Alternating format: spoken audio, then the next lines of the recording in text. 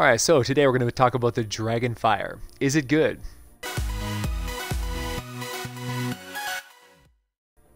No. You garbage. This gun looks amazing. It looks so cool. It's a drum gun automatic shotgun, which sounds fantastic. And it's not bad. It's okay. It's against nature enemies. This gun can get the job done for sure. But there are some glaring weaknesses in this gun that are probably going to make it so that most people are not going to have any interest in giving this one a chance. So here's the problem. This gun is crazy short range. 768 range on a shotgun is just completely unacceptable. You basically need to put this gun right in the enemy's mouth for this thing to do any kind of damage. The other weakness to the gun is that it's a very slow firing gun. So because this is a crit weapon, you are dependent on crits to do any kind of real damage. Because it is an affliction weapon, you only really do major damage on the second, well, every shot after the first shot. And just because of that slow fire rate, you're going to find this gun feels very lacking most of the time. You need to get in close, like really close, which makes, this gun becomes a huge problem when you're fighting against blasters or ranged enemies. It doesn't get it done at all. Because this gun is a fire weapon, it's going to struggle heavily against anything but nature. So it's so situational, right? That's the problem with this gun, is it is so situational. You have the weakness of it only working against yellow nature enemies. Every other enemy is going to laugh at you. Against nature, though, it's going to be incredibly powerful. It's the way fire works.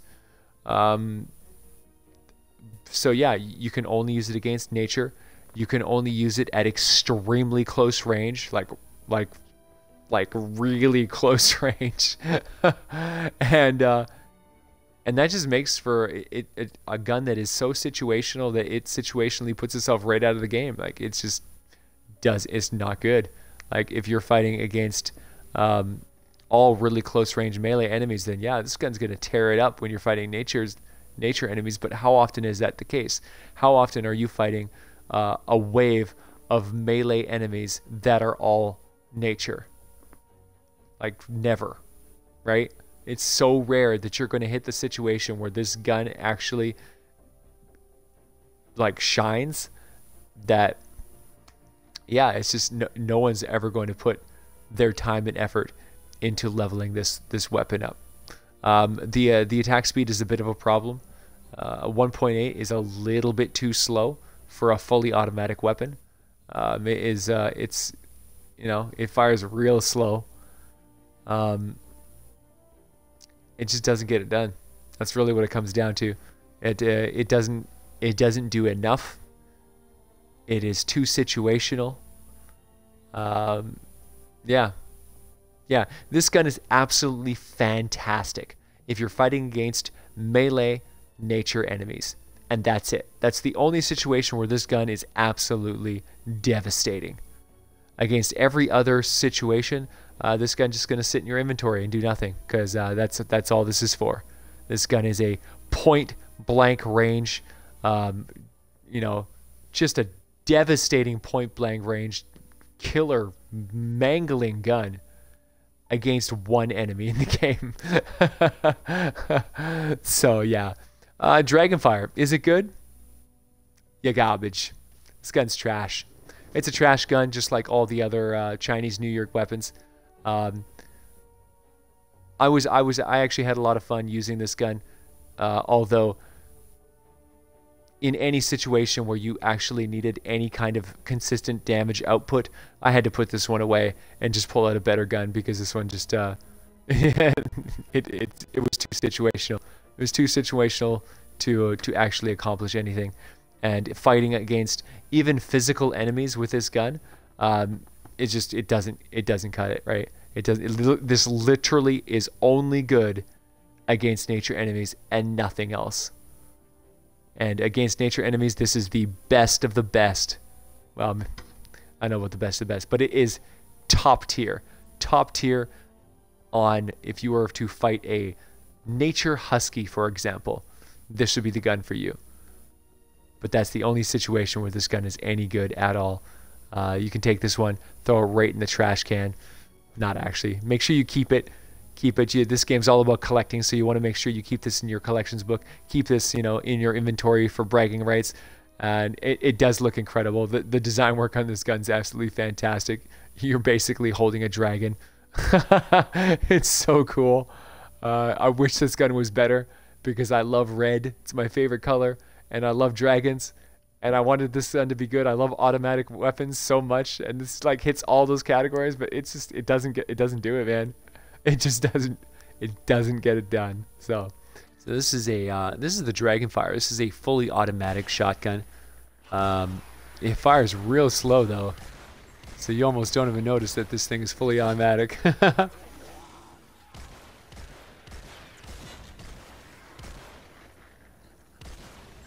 This gun is also extremely short range, but that's not really a problem because I love short range combat, especially when you're working with an automatic weapon.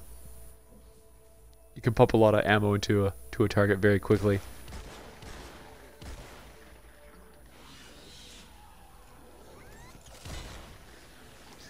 Now this one is not like your typical shotgun. This one is a drum shotgun. So with the drum shotties, you reload the whole clip all at once. So there's no popping individual clips into that. So that is both a good and a bad thing simultaneously. It's good because you could just reload the whole clip whenever you want, but it's bad because if you're fighting like sporadic enemies, sometimes you just want to pop one shell in like this. You're like, oh well, it just doesn't feel like it's worth it, right? If you actually do a reload, it's you're committing a much greater amount of time to that reload.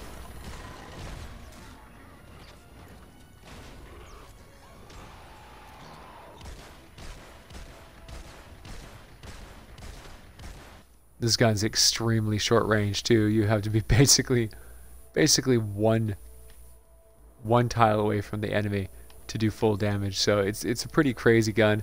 It's a very bizarre style, but yeah, it's pretty cool, man. The fire rate is not bad. It's a little slow for an automatic weapon. This one is definitely better against fighting small enemies. It struggles a little bit. Oh, wow. Wow, I did not have... I made a mistake. I didn't have my shockwave up when I went into that fight. I went too quick. Didn't wait long enough. Whoops. This gun, I find, is a little on the weak end. Because of the rate of fire, you can't really put enough shots into a target to do, stopping power. It's really, a solid gun against small enemies. It takes 2 shots to take down any small enemy, which is fine because the rate of fire is, not bad. But against the larger enemies like huskies, you're gonna find this gun struggles a little bit. You're kind of reliant on getting a crit. If you're not getting the crits, your damage output struggles pretty heavily because this is a slow firing weapon. You're going to notice the crit variance a lot higher. You'll notice when you're not getting those crits, you're just like, oh man, like it's a struggle, right? The struggle is always, that's the downside of using a crit based weapon, is when you use really slow crit weapons, it doesn't really pan out so well. So this one kind of has that issue. It's a good gun. You can pretty much 2-shot any small enemy with a decent rate of fire.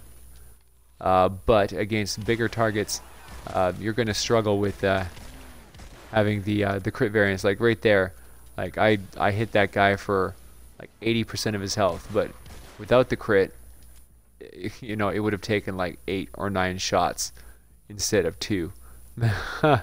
So you're basically waiting for those crits to get those big damage numbers. which is a problem because of the rate of fire. Because the rate of fire is so slow, if you get unlucky, it's it's a pretty painful experience. And because you have to be up close and personal, you got to be at such a close range. The crit variance is very noticeable when you're not getting the damage output that you need at close range. It's it's the difference between you really getting hit, right? I find this gun a little bit of a struggle when you're fighting bees, because you don't have enough like attack range to punish the target hard enough. You'll end up taking a lot of damage to bees when you really shouldn't.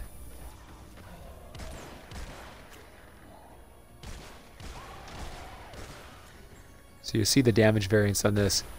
It'll do small damage and then take off huge chunks every time it crits. So against a big target like that, you know, the crit really pays off. But you do need to get a little bit lucky. If you get unlucky with your crits, and the crits aren't going off when you need them to go off, you're gonna struggle. You're gonna struggle, and you might actually take a lot of damage and get yourself killed, you know, waiting for that damage to show up.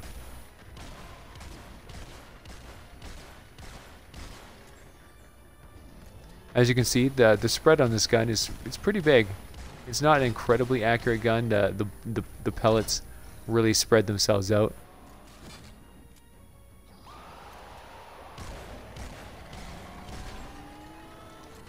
You'll notice right there, because I'm working on a drum reload system, if you get interrupted at any point during the reload process, you're going to struggle pretty heavily, because you have to redo the whole thing. That's a really big advantage with the other shotguns, is because you load one shell at a time. If something interrupts you or knocks you, or stops your reload, it only pauses what you're doing instead of interrupting the entire reload process. So that's kind of the downside to using a drum style. But the upside is that you'll be able to load a full clip, quite a bit faster than if you went and completely dried out a shell, like a slug-based shotgun. So each one has its advantage and disadvantage. This one here, I find the biggest problem with this gun is just that it fires too slowly. Because it fires so slow as an auto shotgun, especially being a really close ranged weapon, it just doesn't do the close range damage consistently enough to validate itself. It's this gun is kind of sitting in the same category as the Tiger Jaw. The Tiger Jaw does exactly what this gun does, but so much better. And the Tiger Jaw is a classic set weapon, so anybody can get it. Whereas this gun here is an event gun. So you would think that as an event gun, this gun would be held to a higher standard, especially being that it is a fire only weapon. You would think that this gun would be, kind of, a lot stronger, a lot more tuned up than it is. But unfortunately, it's not really any better than if you created a Tiger Jaw out of fire. I would even argue that the Tiger Jaw would just be a way better fire version. Like, the gun would just do the same thing, but way better. So I think that this one is a good gun, and it does do some pretty heavy damage up close. And I think some people are going to really enjoy this one, because of the just the way it looks, and because it does have a good spread. A lot of people who are maybe not as accurate with their shots will find this gun very forgiving, because it has a pretty large area of effect. No, this one definitely doesn't miss its shots. Of course, because you're functioning at such close range too. You're not going to miss your shots anyway. Yeah, this gun is actually a really fun gun. I just feel like it's a little underpowered. It just doesn't quite perform. Although, if you're fighting against nature enemies, this one's the one you want, right? See, this one deletes nature enemies real fast. Anyway, guys, hope you enjoyed this review. If you did, like and subscribe and leave a thumbs up. Leave a comment down below if there's any other reviews you'd like me to cover, and I'll catch you guys next time. So if you like this video, come check us out on Twitch. We Twitch stream 15 to 24 hours a day, 7 days a week, every single morning starting at 9 a.m. We'd really appreciate the support. We're working really hard to grow the Twitch channel, so come and check us out. Come help us grow and be part of TeamVASH. Thanks, guys.